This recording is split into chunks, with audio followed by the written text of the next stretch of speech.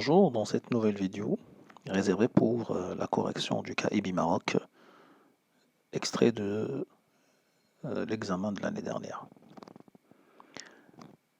Dans cet exercice, l'objectif c'est l'établissement de bilan fonctionnel de l'entreprise avec les retraitements nécessaires. Deuxième objectif est d'analyser l'équilibre financier de cette entreprise à travers le calcul des principaux indicateurs: fonds de roulement fonctionnel, le besoin de financement global et la trésorerie nette. L'établissement de l'ESG, les deux tableaux, le tableau de formation de résultats et la capacité d'autofinancement pour les deux exercices, tenant compte des retraitements nécessaires. Et une dernière question, celle de diagnostiquer la situation de l'entreprise afin de donner des recommandations. Donc, la société vous informe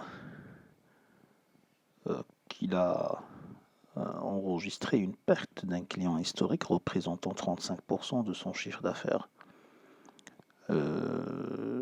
L'année, bien sûr, dernière, l'année 2017, et il vous donne toutes les informations nécessaires pour analyser sa situation. Le bilan, l'extrait de compte de produits et charges, ainsi que les informations complémentaires. Alors commençons avec l'analyse de bilan fonctionnel de l'entreprise. Pour l'élaboration de bilan fonctionnel de l'entreprise IBI Maroc, il est nécessaire de passer par le tableau de retraitement et reclassement, dans lequel il faut prendre en considération l'ensemble des retraitements et reclassements selon les données de l'exercice. Pour l'établissement de bilan fonctionnel, les éléments de l'actif sont à retenir avec leur montant brut. Donc, vous avez dans le bilan les données de l'exercice avec le montant brut. Donc les éléments de l'actif, il faut les retenir avec le montant brut, alors que le cumul des amortissements est considéré comme étant une épargne qu'il faut ajouter aux capitaux propres. Donc les totaux initiaux au niveau de l'actif, c'est les totaux des montants bruts pour l'année 2017 et le cumul d'amortissement à intégrer au niveau des capitaux propres pour garder toujours l'équilibre entre l'actif et le passif. Premier ou bien deuxième retraitement concerne les écarts de conversion actifs selon les informations complémentaires. Ces écarts de conversion actifs sont liés à une dette fournisseur. Il suffit donc de neutraliser ces écarts pour retrouver les montants, le montant initial de ces postes. Les écarts, je les ai intégrés au niveau des créances réalisables. Donc il faut les soustraire des créances et la contrepartie, puisqu'ils sont liés des dettes fournisseurs, les soustraire des dettes de passifs circulants, mais des dettes à moins d'un an.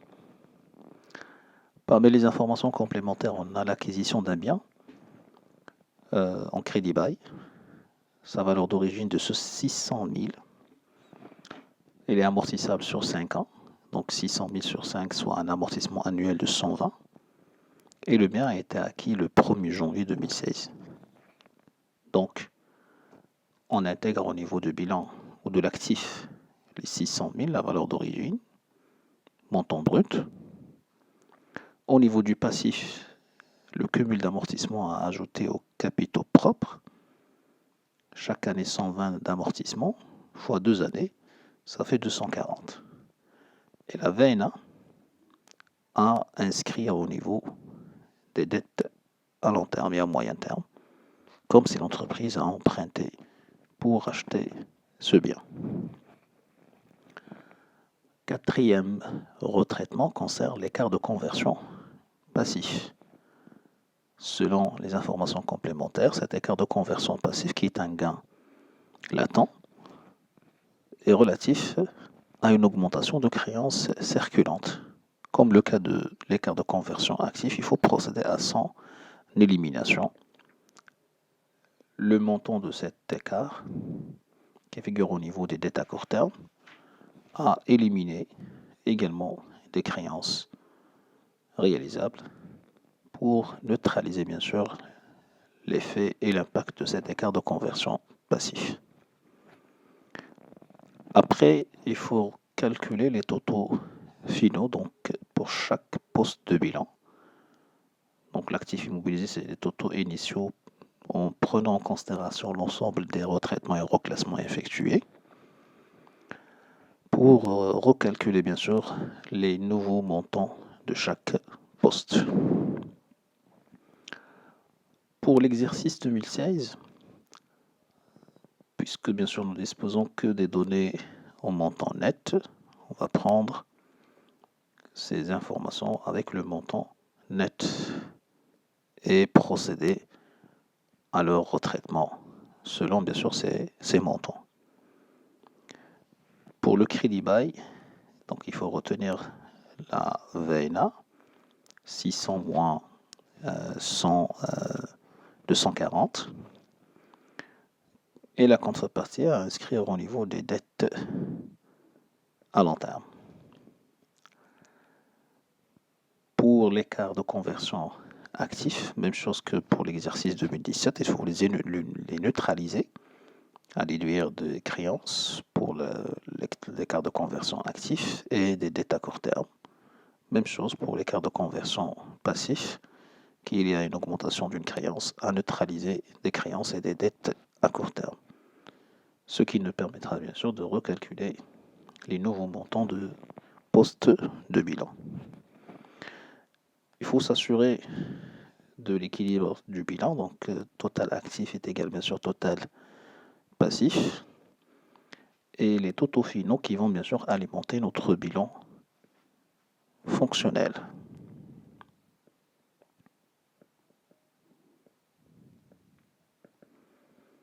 Donc 70 563, donc c'est l'actif immobilisé, et 61 122 pour les stocks, et ainsi de suite bien sûr pour les autres postes de bilan.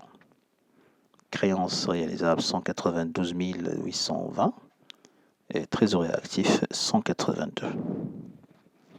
Même chose pour l'année 2016 pour dégager bien sûr les montants des différents postes de bilan. Donc une fois qu'on établit notre bilan, bien sûr condensé, ça va nous permettre de calculer les principaux indicateurs de l'équilibre financier, à savoir le fonds de roulement, qui est égal aux capitaux propres, plus les dettes long et moyen terme, moins l'actif immobilisé. Pour l'année 2017, ça donne 23 185. Le besoin de financement global est égal au actif circulant hors trésorerie, moins bien sûr le passif circulant hors trésorerie, selon bien sûr les données dont on dispose, c'est les stocks, moins plus les créances réalisables, moins les dettes de passif circulant, ce qui nous donnera un BFG de 80 177. La trésorerie nette est égale à la trésorerie active moins trésorerie passif, première méthode de calcul, ou à partir des indicateurs précédents, le FRF, fonds de roulement fonctionnel, moins le BFG.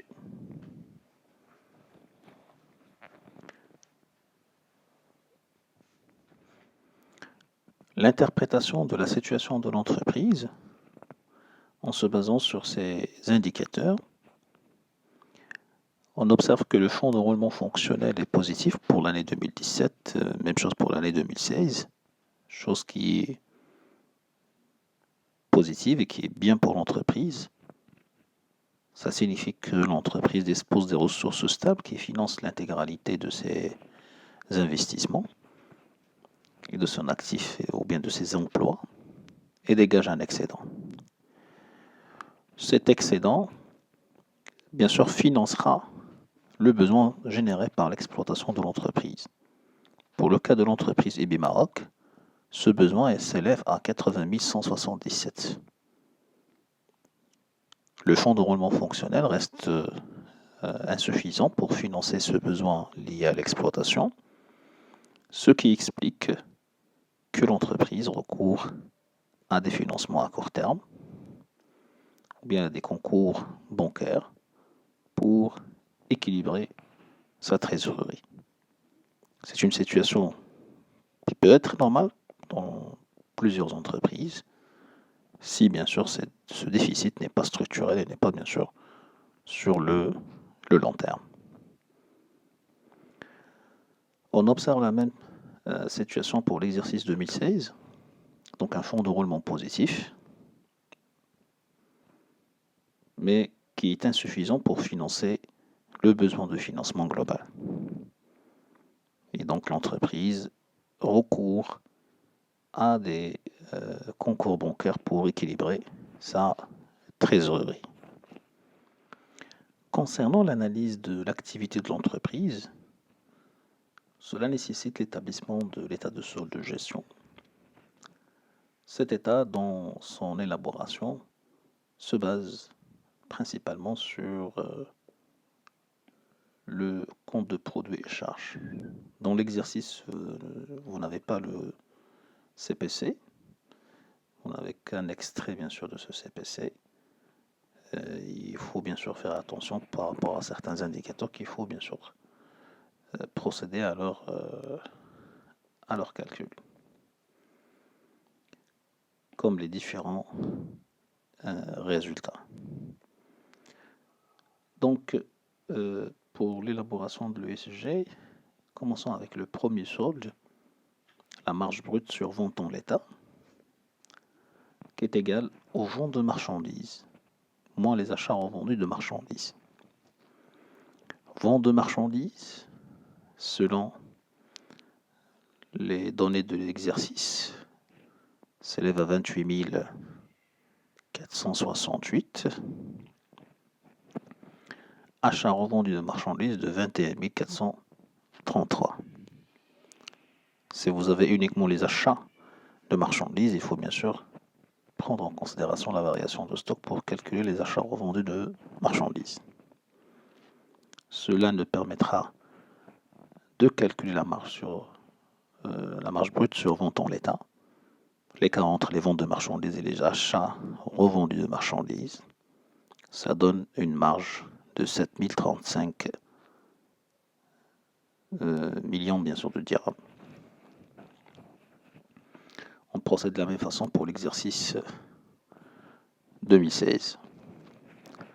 Deuxième indicateur à calculer, la production de l'exercice qui englobe les ventes de biens et services, la variation des stocks et les immobilisations produites par l'entreprise pour elle-même. Vente de biens et services, 23 350. Variation de stock est nulle. Et les immobilisations produites par l'entreprise pour elle-même s'élèvent à 95 pour l'exercice 2017. Ce qui nous donnera une production globale de 23 445. De la même façon, on calcule cet indicateur pour l'année 2016. Troisième indicateur, la consommation de l'exercice, qui englobe les achats consommés de matières et fournitures, et les autres charges externes.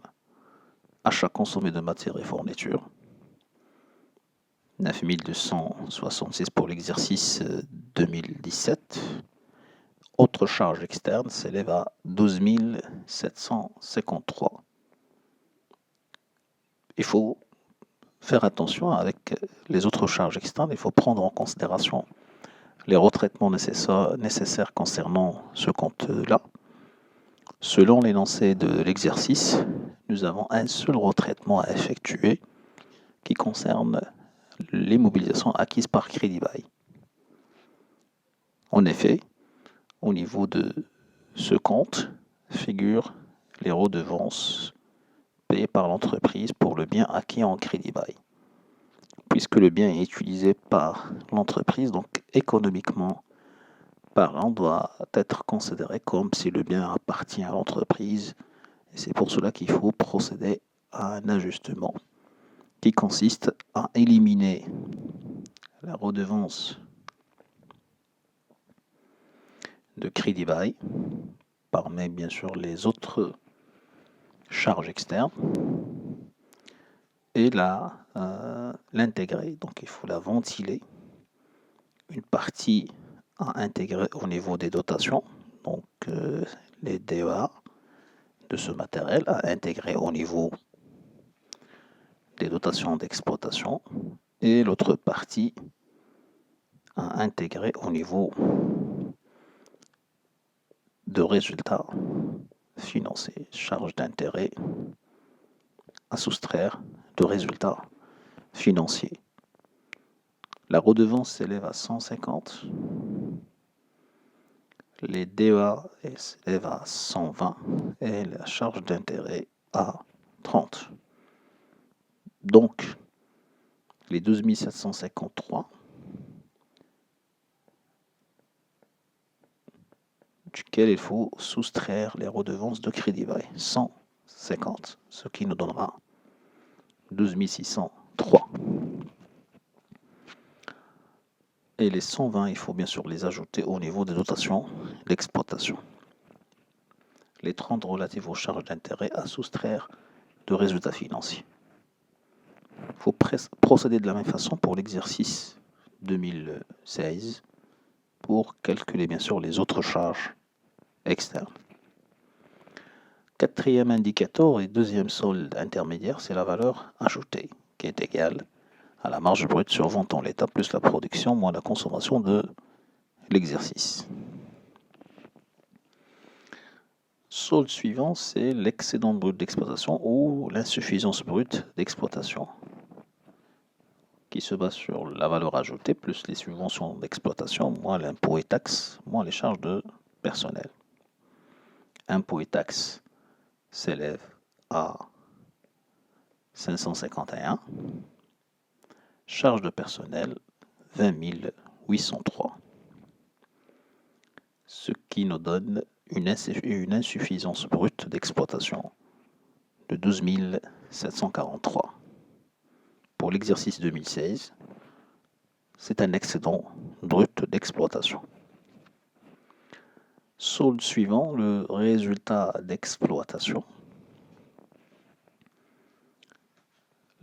est égal au l'EBE ou bien l'EBE, plus les autres produits d'exploitation, moins les autres charges d'exploitation, plus les reprises d'exploitation, transfert de charges, moins les dotations d'exploitation.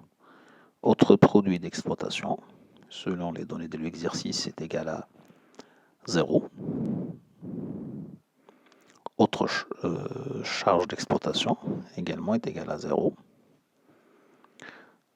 Les reprises d'exploitation, transfert de charges, 72. Les dotations d'exploitation s'élèvent à 14 138. 14 138 plus 120. 14 138 plus 120, soit 14 258 après retraitement. Ce qui nous donne un résultat d'exploitation déficitaire de 26 929.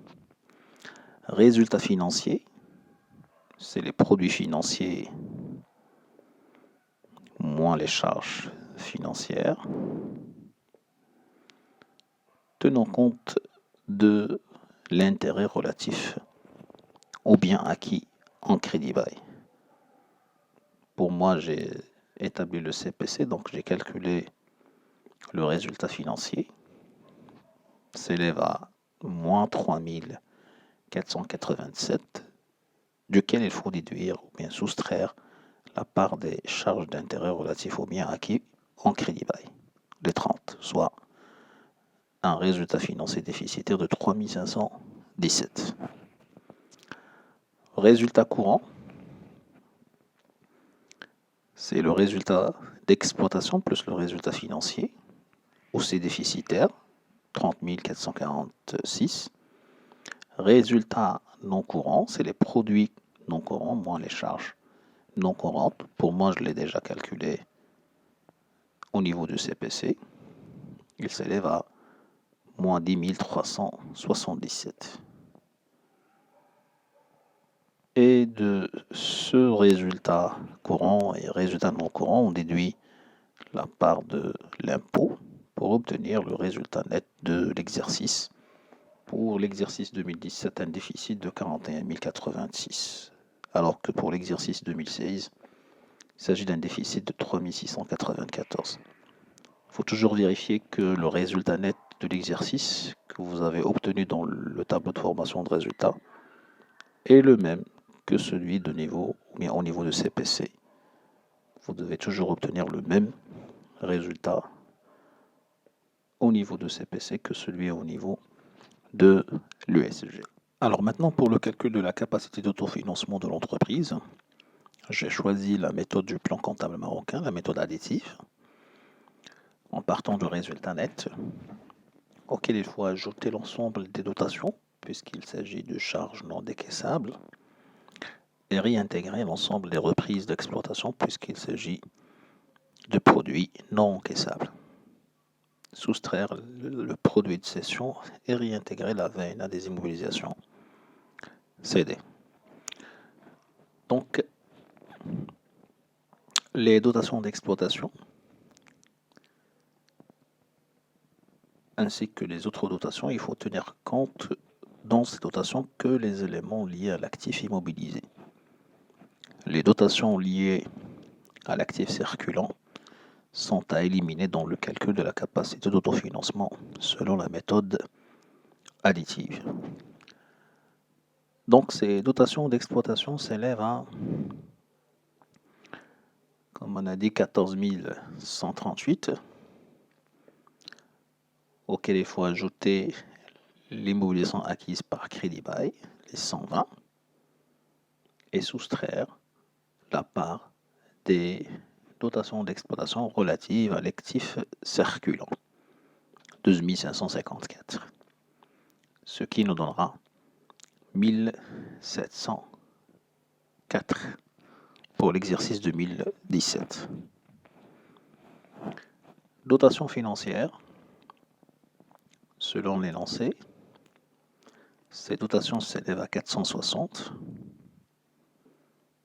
Les informations complémentaires précisent que parmi ces dotations, 460 est relative à l'actif circulant, donc l'intégralité, ce qui explique qu'ici on a 0. Même chose pour l'exercice 2016. Dotation non courante s'élève à 0 pour l'exercice 2017, 700 pour l'exercice 2016. Selon les informations complémentaires, reprise non courante liée à l'actif circulant s'élève à 0 pour l'exercice 2017, 700 pour l'exercice 2016. Donc c'est ce qui explique les montants que nous avons obtenus ici. 0 pour l'année 2017 et 0 pour l'année 2016. Reprise d'exploitation. Les reprises d'exploitation en 72. Parmi ces reprises, celles relatives à l'actif circulant, 72 et 101 pour 2016. Et donc, nous aurons 0 pour les reprises d'exploitation. Reprise financière. Les reprises financières s'élèvent à 1340 pour l'exercice 2017, 2246. Selon les informations complémentaires, parmi ces reprises financières relatives à l'actif circulant, donc c'est 1340 pour 2017 et 2246 pour 2016. Ce qui explique qu'on a 0 2017 et 0 dans 2016. Reprise non courante, 0 pour 2017 et 0 pour 2016. Donc 0, 0. Le produit de cession 45 pour l'année 2017, 360 pour l'année 2016. La VENA 0 et 5 pour l'année 2016. Donc 45, 360, 0 et 5 pour l'année 2016 pour la VENA. Et on procède au calcul de la capacité d'autofinancement, c'est le résultat net, plus l'ensemble des dotations, moins l'ensemble des reprises, moins le produit de cession, plus la VENA. On a une capacité bien sûr déficitaire, moins 39 427 pour l'exercice 2017 et moins 1866 pour l'exercice 2016. Alors l'analyse de l'activité de l'entreprise à partir de l'ESG peut se faire d'une façon verticale. Donc comment bien sûr est déçu le résultat de l'exercice, mais aussi d'une façon verticale, horizontale plutôt, pour analyser l'évolution des principaux indicateurs et principaux soldes intermédiaires de gestion. Comme nous l'avons déjà déterminé, donc la marge brute sur vente en l'état a enregistré une baisse dans l'exercice 2017 par le calcul de la variation. Pour calculer la variation pour la marge brute sur vente en l'état, donc c'est les données de l'exercice 2017, 7035, moins 18 406 sur 18 406 pour l'exercice 2016. Pour l'exprimer en pourcentage, on multiplie fois 100%. Donc c'est une détérioration de la marge brute sur vente en l'état de à peu près moins 62%. Bien sûr, cette perte, il est expliqué, selon bien sûr l'énoncé de l'exercice, par la perte d'un client important. Même chose pour les ventes de biens et services. Une baisse de ces ventes de 61% des ventes de l'entreprise. Donc cette baisse des ventes de marchandises et de biens et services a fortement impacté les principaux indicateurs et les principaux soldes intermédiaires de gestion. Donc il a impacté négativement la valeur ajoutée, la richesse créée par l'entreprise, à peu près moins 79%. Il a impacté aussi l'excédent brut d'exploitation. Pour l'exercice 2017, c'est une insuffisance brute d'exploitation. Une forte baisse de cet indicateur de moins 181% entre l'exercice 2016 et l'exercice 2017. Forte détérioration de résultats d'exploitation, expliquée par la détérioration de l'excédent brut d'exploitation, mais aussi par une augmentation des dotations d'exploitation de l'ordre de 57%. Le résultat financier déficitaire qui s'ajoute au déficit lié à l'exploitation, ce qui explique le résultat courant déficitaire de 30 446 et qui a connu bien sûr une détérioration de 1713% entre l'exercice 2016 et l'exercice 2017. Résultat non courant déficitaire et qui a également s'est détérioré durant l'exercice 2017 comparativement avec l'exercice 2016 à peu près de 116%. Donc ce qui explique cette détérioration de résultat net de l'exercice de 1012% par rapport à l'exercice 2016. Donc cette perte bien sûr de clients de l'entreprise a fortement impacté la rentabilité de l'entreprise et ses performances, donc ses résultats, ses différents résultats d'exploitation et résultats bien sûr nets de l'exercice, et qui a bien sûr un impact sur sa capacité de générer de la liquidité, et ce qui explique bien sûr une capacité d'autofinancement négative qui a été fortement détériorée dans l'exercice 2017. Pour compléter cette analyse, il est nécessaire de passer par le calcul de certains ratios afin de comprendre la situation de l'entreprise d'une façon approfondie. Donc je vais me limiter à quelques indicateurs. Première batterie d'indicateurs bien de ratios, il est lié à la structure financière de l'entreprise avec le calcul du ratio d'endettement total qui est égal au capitaux propres sur le total passif. Et selon les données de l'exercice, l'endettement total de l'entreprise, les capitaux propres par rapport aux dettes totales de l'entreprise s'élèvent à peu près 29%. Cela signifie que l'entreprise n'a pas, je dirais, une forte dette. Il a toujours une marge, bien sûr, de manœuvre. L'endettement interne, les capitaux propres par rapport au financement permanent, représente 99, à peu près 100%, 99,62%. Donc la part des dettes à long terme est très faible. Donc c'est une entreprise qui n'est pas endettée.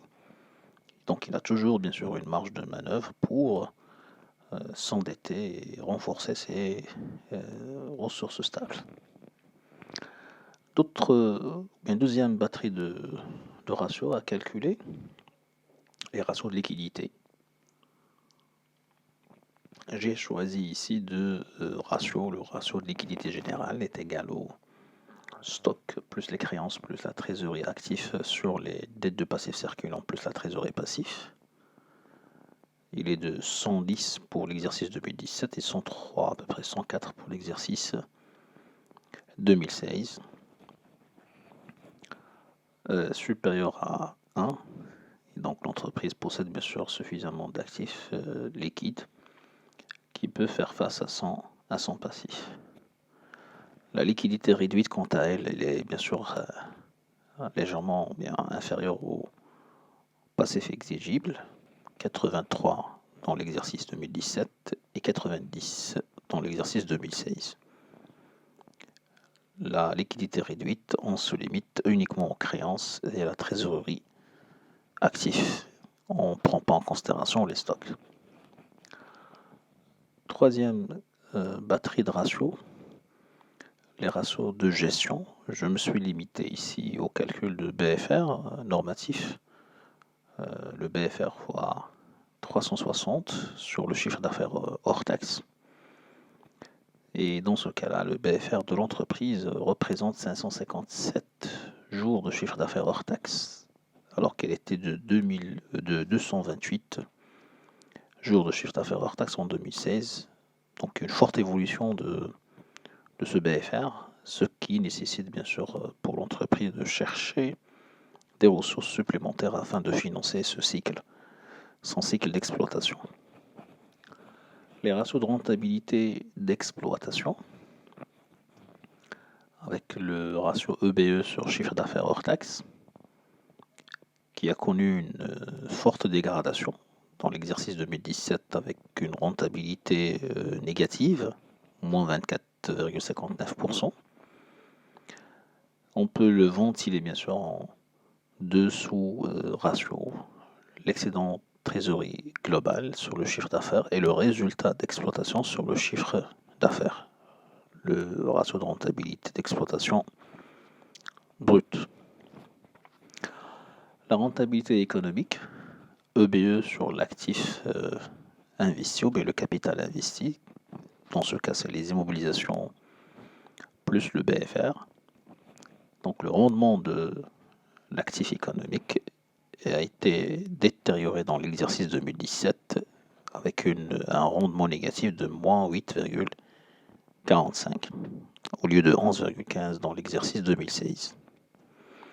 La rentabilité financière, quant à elle, elle est négative Donc une destruction de valeur à hauteur de 44% dans l'exercice 2017, elle était à hauteur de 7% dans l'exercice 2016.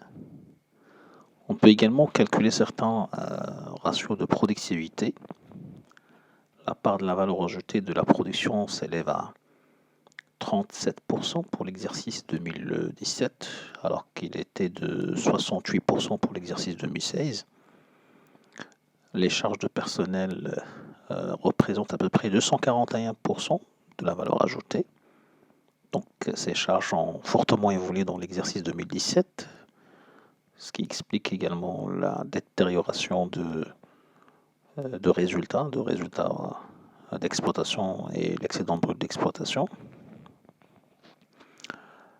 alors que la part des charges financières elle est très faible, représente 0,35% de la valeur ajoutée de l'exercice 2017.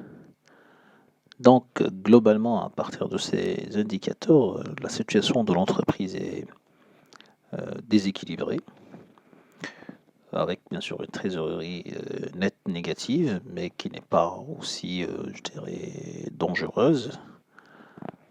Mais ce qui est inquiétant pour l'entreprise EB Maroc, c'est beaucoup plus par rapport bien sûr à son activité qui est déficitaire. Et bien sûr, cela nécessite de la part de l'entreprise de réfléchir comment rentabiliser suffisamment ces activités. La rentabilité bien sûr de l'activité avec l'augmentation de chiffre d'affaires, à travers bien sûr la recherche de nouveaux clients, la diversification de l'activité de l'entreprise, mais aussi en pesant sur les charges, essentiellement les charges de personnel, afin d'améliorer la rentabilité de cette entreprise. Voilà donc un corrigé, je dirais, synthétique du cas EB Maroc. Je vous souhaite bonne chance et à la prochaine vidéo.